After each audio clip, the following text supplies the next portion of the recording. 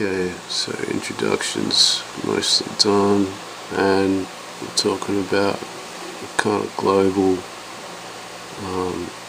culture. Well, probably got more and more separated as things fall into dissolution. I hope that's the right word I've been using. Jesus, I'm pretty embarrassing. Okay, so yeah, I'll bring her back later in the video. I'm going to kind of explain. I was just explaining like just the certain stances and subtle things like that, how they reflect the innermost even biological forms of consciousness in the human brain. If you watch my other videos, you'll see the parts of the brain and all that kind of jazz. So back to Nefertiti, a female character, and yeah, one of the royals, Akhenaten's wife, apparently. I don't know where this thing comes from or how old it is, but it seems to be common and has like the eye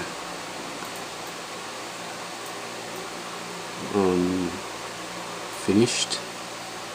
Remind you of something.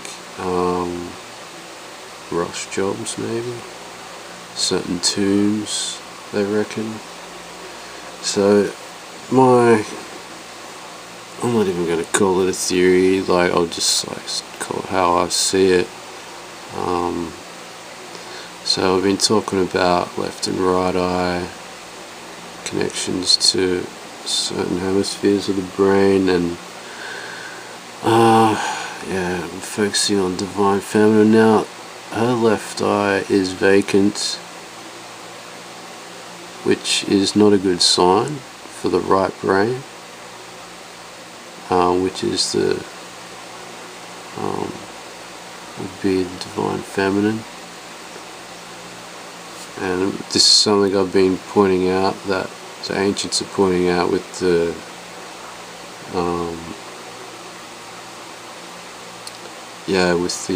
female of the species, just like I showed in here. It's confused state. It's a middle class kind of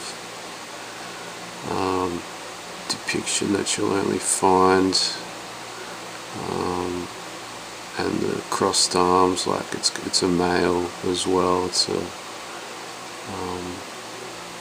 like strongly with those Osirus. Like if anything, Tutankhaten, I'll call him, should be represented closely with Osirus,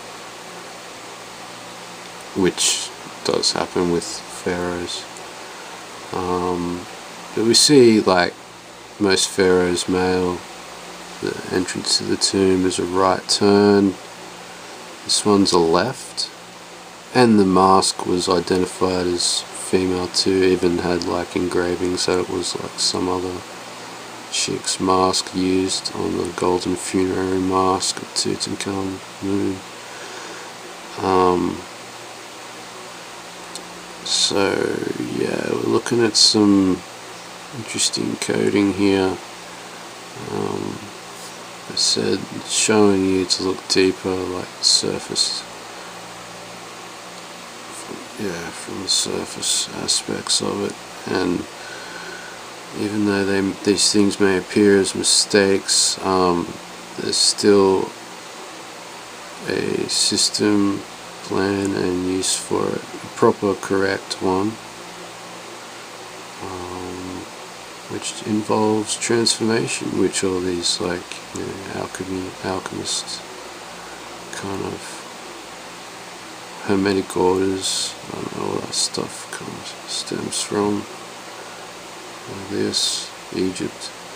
Okay, so yeah, once again the female character is shown. Now it's, to me, it's pretty dubious, really. Raises a lot of questions, but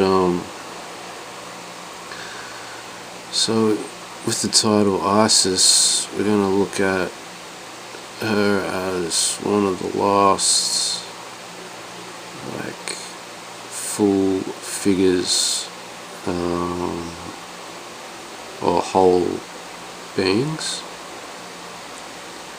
and the last of her kind as well, just like Osirus.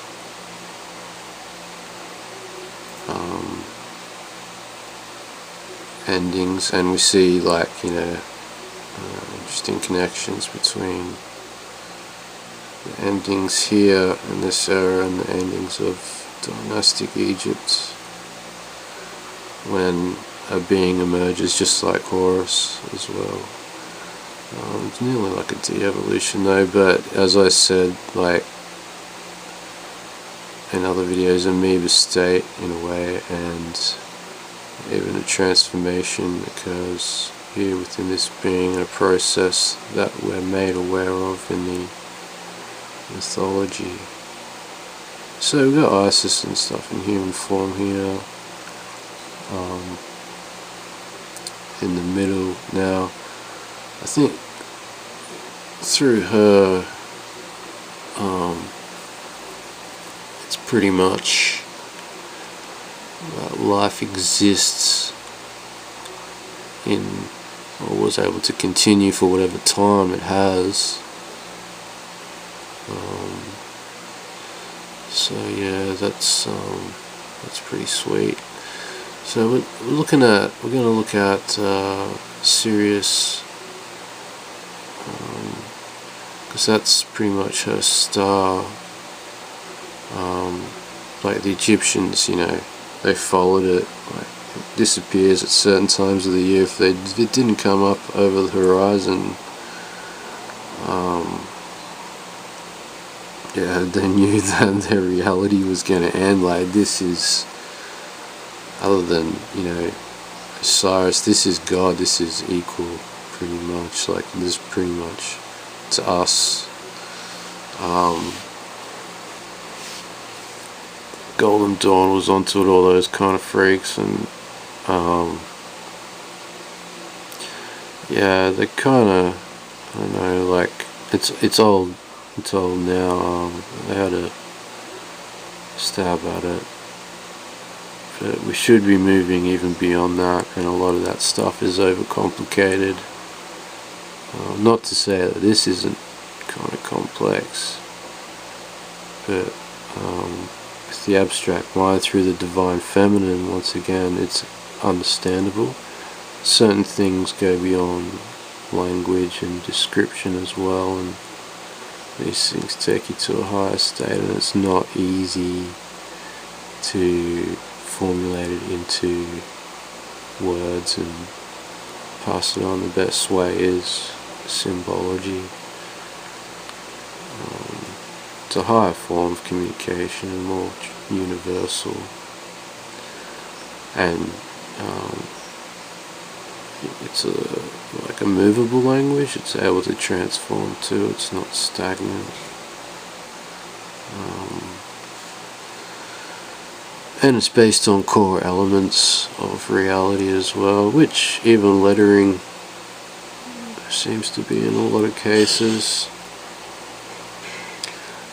Okay, where was I going with this? Isis. So yeah, Isis seems to be at the center of all occult knowledge, initiation rites through her. It's pretty powerful stuff. There's I'm going to talk about a mirror of Isis too. We're going to go into even lower forms. I'm trying to push on into the occult, but I've been wanting to get a lot of groundings in from our perspective, and seeing what we can use from our science and apply it, because we're nearly in a way just catching up to these guys. We are anyway. I'm sure there's, anyway. So this sun behind the sun is interesting, as it's being called, and there is a Seth current. There's another current that can come with it.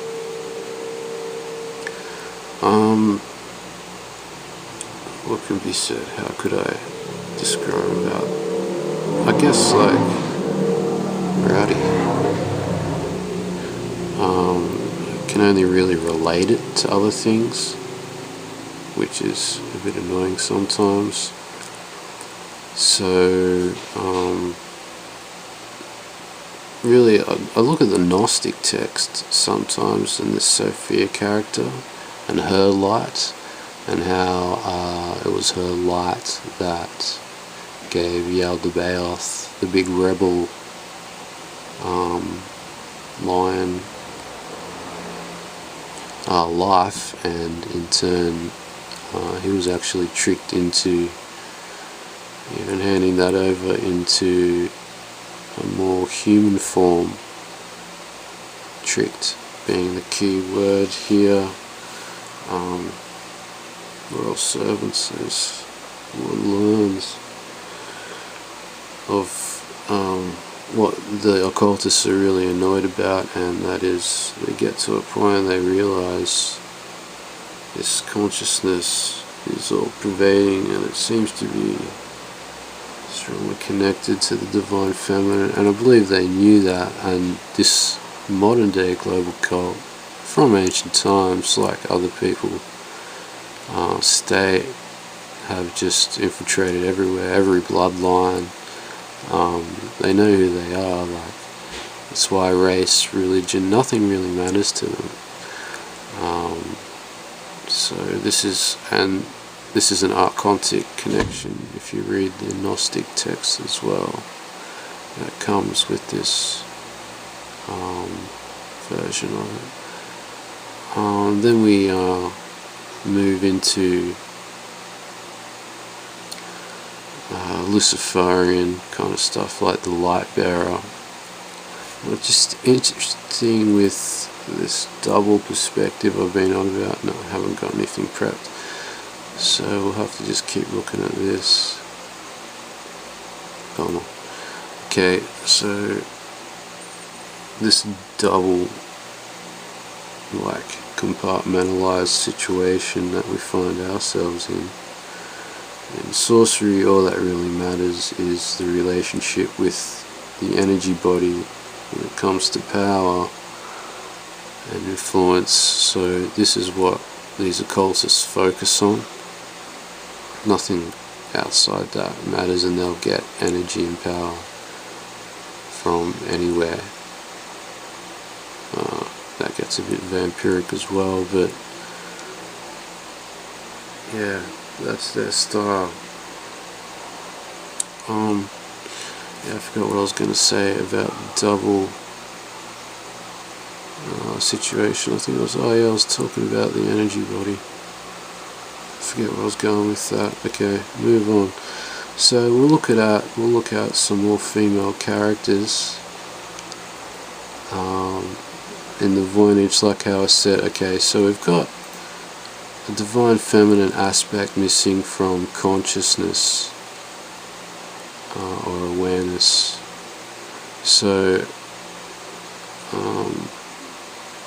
and then it's interesting because we see the male character, look at any deity like Jesus, look at his character, the feminine qualities of his father as well. Like, we see the feminine qualities in the male. And if we look back to Egypt, like, it was pretty much through her that Horus was born. So you'd have a lot of her aspects or genetics, whatever. And you look in the Jewish tradition, if your mother's Jewish, you're in. But yeah, so he lives through her. So we see in our modern configuration, this is the only reason. Yeah, we see, like, Jesus was very cryptic. That's pretty much, he spoke in parables. It was very abstract and it's pretty hard to understand. Same as this. So if you want to really interpret it, you have to go into that state. I mean, like I said, the left turn into the tomb shows straight into the divine feminine aspect if you want to know what's going on. So you have the males in the past. Ferris, it's right turn. Okay, we're going to look at some other. So we got the full on. To the point where there is no male aspect with, I mean, it's all male aspect, sorry, like with the females here, but it's only physical in this sense, like they have kept through their understanding and teaching, because this is from the Voynich manuscript, one of the most decodable manuscripts apparently, allegedly. So yeah, it's something I've been using. If you've just been watching, just started watching. So just to show, like, you know, the connection these people have with these ancient roots. This is probably around 14th century, this stuff, but shows the grasp of it, of genetics, like just the certain little interesting things, like I said, that it's universal. It shows what they're connected to, like just the borders on here you can see is like an Egyptian kind of thing, like, I don't know if I can get any comparison. Yeah, borders, and yeah, it's the same kind of pattern, and there's things like this coming down, and these are all markers, by the way. Yeah, so just like Da Vinci's using a continuation of the same language, but using just the modern culture to tell the same story, and it's not always personal to the characters. And yeah, from the Last Supper, the female character is separated on the side of the negative traits and in close consort with carrying these negative aspects. So we see like an eventuality of things into what they can become. Yeah. So finally, I guess we'll go. I think I was going into. Don't want to go too much long. I'm trying to just rush through it. Just lay some stuff out, whatever. So yeah. Okay, we got like, and I'll throw in this little thing that I noticed. I was just like watching some, I don't know if it was like urban myth, like about the black-eyed children, if you call them that. These like black-eyed freaks that are freaking people out, pasty skin, and then this dude. Yeah, it was Zohar channel, and then he showed like 13,000-year-old statue from Göbekli Tepe, pasty, and he showed how they made a point of putting harsh black obsidian in the eyes there to represent the black shining eyes. Now we all know what that's probably a hybrid of connected to, but you know what, I was looking at Ishtar, and this is a Syrian. Okay, we've got the mugshot here, so the eyes are very black, and yeah, it just reminded me of that black-eyed children thing, and so I don't know what kind of aspect she represents. but she seems like a different kind of mother, as we see any religion associated with the owls, and they have quite human legs. Very interesting kind of owl-like features, and as we see her feet. So we have a flyer of the animal kingdom. Yeah, we're looking at something here.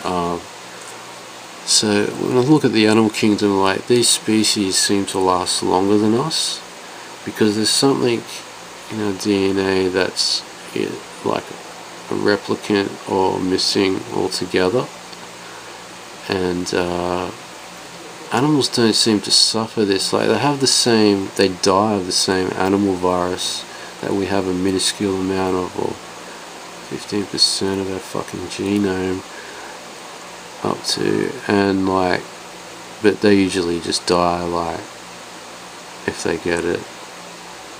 So there's a form of this virus that they get. So we're looking at, yeah, some zoonosis kind of viral transfer to the human species. They reckon that, oh no, they say, yeah, that's the process, but who knows how it really happens. I think they don't have the best understanding. So we're looking at a seed of an original kind of, okay, we're looking at maybe an animal seed. Like, we're looking at a set motion program system, which is the divine's footstool. Here we see nature as her footstool.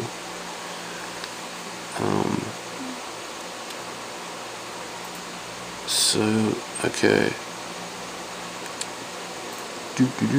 Yeah, like, so we see a more divine mother in the form of Isis. What the hell is that popping up? Anyway. Okay.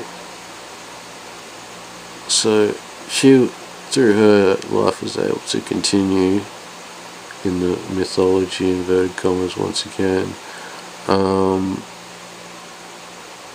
And if we do a female comparison to this freaky Assyrian stuff,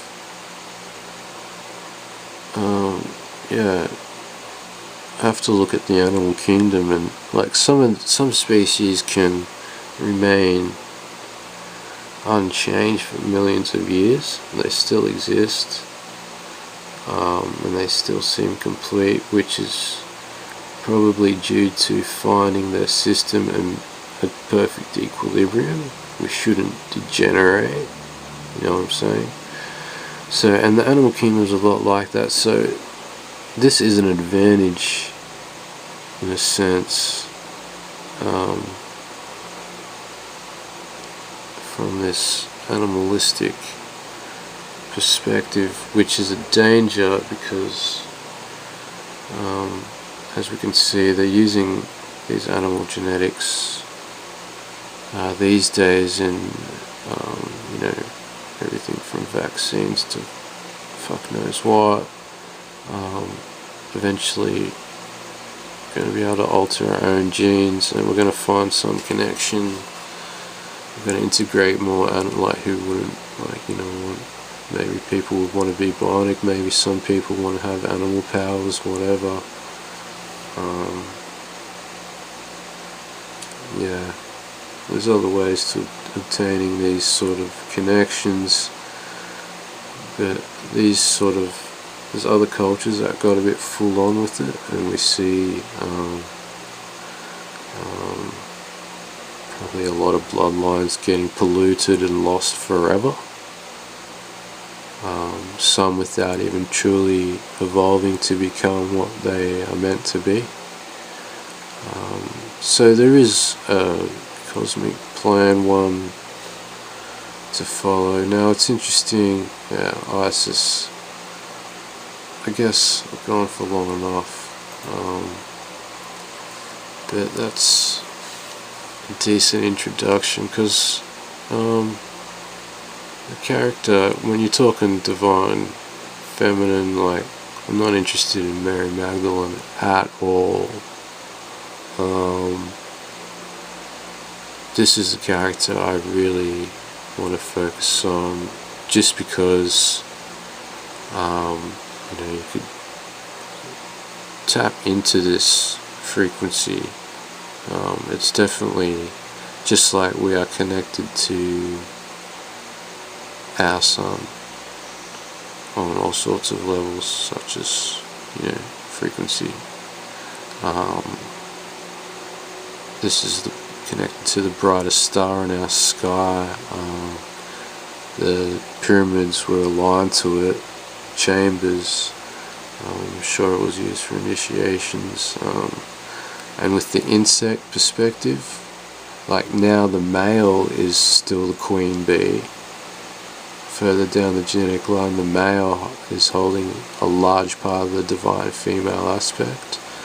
It's just how it's worked out. Like, after it seems like the world's already ended, like it's reached a peak of civilization and just continuing in a way, like, and it's that knowledge, you know, that's why all these fertility cults have showed you the Sphinx, like, all over the world, you know, and why it relates a lot to the sun, understanding solar cycles, things like that.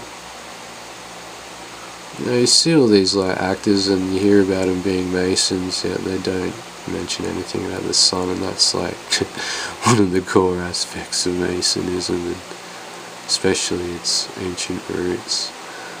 Sorry Christians, don't mean to get too freaky on you or anything, swinging pics around of Ishtar. And oh yeah, so like it was interesting because like on that pasty black-eyed freak from Göbekli Tepe, yeah, they made a point of the black eyes, but they also made a point of putting a penis on the statue, interestingly enough. So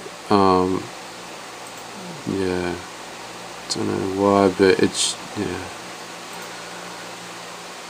don't know. So fertility and consciousness, as well as genetically, and yeah, I don't know, I might go into other stuff, try and get more into like the occult kind of stuff, but yeah, just a lot of it's a distraction, and I want to keep it simple and basic for now, and yeah, there's dangers there of going off on tangents, like I'm probably done now, but hey, it's all cool.